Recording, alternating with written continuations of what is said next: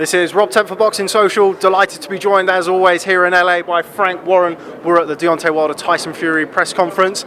That was a bit entertaining, that. It was a little bit hairy, but entertaining, no doubt about it. Well, it was hairy, those beards and everything. Yeah, it was, very good. Just mentioning to you off camera, you instigated that kind of inadvertently. Well, I was just trying to keep these two big giants apart. Basically, because they were getting so close with their heads, you don't want to get them to clash your heads and everybody gets a cut eye or something. So, anyway, it was what it was, and it's all good fun. Tell me a little bit about the relationship between Deontay Wilder and Tyson Fury. Throughout the whole build-up, people have been saying, is it a sideshow? Are they doing it for the camera? Seemed to be a little bit more edgy today. I don't think it was just like, it certainly wasn't that, I promise you. I mean, anybody who says that, they're pretty stupid to say that. You can see the passion and how it sort of overflows. Look, these guys have trained very hard for 10 weeks or so now, and they're getting to a few days away from the fight. So everything's on a knife edge. That's how they are, and it's we've still got a bit to do yet. We've got the weigh-in yet, but let's get them through that. No problems, and on the night, I think we're going to get a really good fight. Now, you've been there every step of the tour with regards to this fight. Have you noticed any changes in either Deontay Wilder or Tyson Fury throughout that time? No, I just think Tyson seems more and more calmer. He seems to be enjoying himself. He's in fantastic condition, physically and certainly mentally. So, I'm quietly confident about him. Now, you mentioned the weigh-in on Friday. We got a little bit of a preview today of Tyson Fury on the scales. Whipped his shirt off on the stage. Looks in great condition. He does. He's got himself into good shape. There's no doubt about that. He's lost 10 stone. That's Ricky Hatton. He's lost Ricky Hatton. It's a huge amount of weight. It just shows you, his commitment, his determination, and his work ethic to get himself into this position where he can get back the world title. Sum up the scale of this event, big heavyweight title fight out here in LA. Is this the biggest fight you've ever been involved with in your career?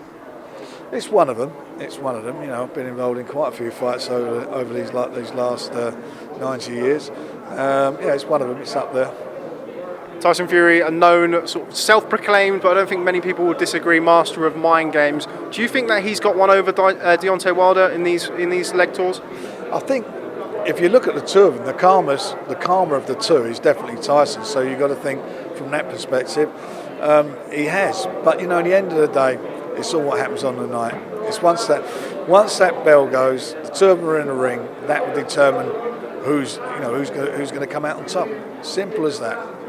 Now, the rhetoric that's been flying around, it's something I know we've spoken about, was mentioned a lot today in the press conference, was Deontay Wilder by knockout, Tyson Fury on points. Do you agree with that? Look, I mean, can I see Deontay Wilder outboxing Tyson Fury? I can't see that. So if it's pure boxing, then you've got to fancy Tyson from that aspect. Deontay Wilder's a big puncher. But you've got to look at the opponents he's fought. And then you look at Tyson. Tyson's had 27 fights. He's knocked 19 out, or stopped 19 himself. Tyson's a big man. He's going to have at least a 3-stone weight advantage over Wilder, I believe. What's going to happen when he lands one on his chin? Let's see what happens there. Now, something that, again, we've spoken about in the past. When you signed Tyson Fury, so this is before Seferi, could you have envisioned him being here less than a year after coming back, fighting for the WBC world title in LA, big pay-per-view attraction? No, I didn't, Rob. I thought he needs at least 4 fights, and maybe he does need a couple more fights. But the fact of the matter is, he wanted it. We discussed it. He said, "I want it. I can beat him," and that's where we are. So whatever the faults were, they're all irrelevant now because it's on. The fight's going to happen. What update can you give us, if any, on ticket sales? I've been in LA since yesterday. I've seen a few banners around. I think they're still advertising. You've got any update for that? Can you give us any? Yeah, there's still some tickets left. But Tom Brown, who's the local promoter, he told me it will be the second highest grossing boxing event to take place at the Staples Centre, as it is now. So everybody seems pleased. What's that behind? De La Hoya? I would think so. I'm not sure. I forgot to ask him which it was, but it's certainly one of them. But I'll find out and let you know tomorrow. Maybe I can catch up with him and ask him. Anthony Yarde boxes on the card as well on Saturday. Do we have an opponent for Anthony Yarde? We had one and he fell out of bed last night, so they're working on it. We've had 3 opponents for him. It's been really a pain in the backside. But we have got somebody for him, and we just got to get it through the commission and then we can announce that. Been attracting some criticism again lately for opponents. It feels like every time we talk, it is kind of with that aside with Anthony Yarde. Do you think people have a valid point when they're discussing Anthony's level of opposition? I don't think at all. I don't think there's anything wrong with his level of opposition. What's been wrong with his level of his opposition? You know, everybody's saying what a great fighter he is, Deontay Wilder. Look at the first 30-odd fights he had. Look at that opposition. I think, you know, Anthony Yarde's fought better guys than he did. Recently, I think it was last week, we saw... He didn't win a bronze medal in the Olympic Games. He had 12 amateur fights. He did indeed. I'll finish my question now. Frank Buglioni last week retired, so that fight is now off the table. We can stop talking about that.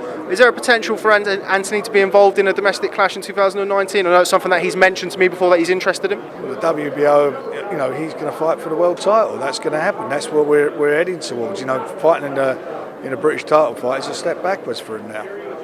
Okay, just final word on the main event, Deontay Wilder versus Tyson Fury. We've had all of the theatrics today. I'm sure we're going to see more of it as the week goes by, but what can you tell us, or what can you tell fans to expect when they tune in on Saturday night? Do you know what? I don't know what to expect, to be quite honest. I'm not sure how it's going to pan out, the fight. I think it will be exciting. I think these two guys are up for it. I think there's a lot. Obviously, there's a lot at stake as far as the title is concerned and the money they can earn from being a champion. But I think it's a bit more than that. I think it's become a little bit personal between the two of them, and I really do think we're going to see a special heavyweight fight. One thing for sure, the fighter who wins this is going to be, in my opinion, the best heavyweight in the world, because they had the balls to step up to each other and to fight each other. Two undefeated fighters. They've done what other heavyweights haven't done. Got a rematch to look forward to next year? Listen, it's a great fight. Who knows? It might be a rematch, might be a trilogy. Who knows? I really want it to be a good fight. I want it to be a really enjoyable fight for the fans, and I think the fighters want that as well. Okay, well, Frank Warren, as always, pleasure catching up with you. Look forward to catching up with you for the rest of the week. See you soon. Cheers, Frank.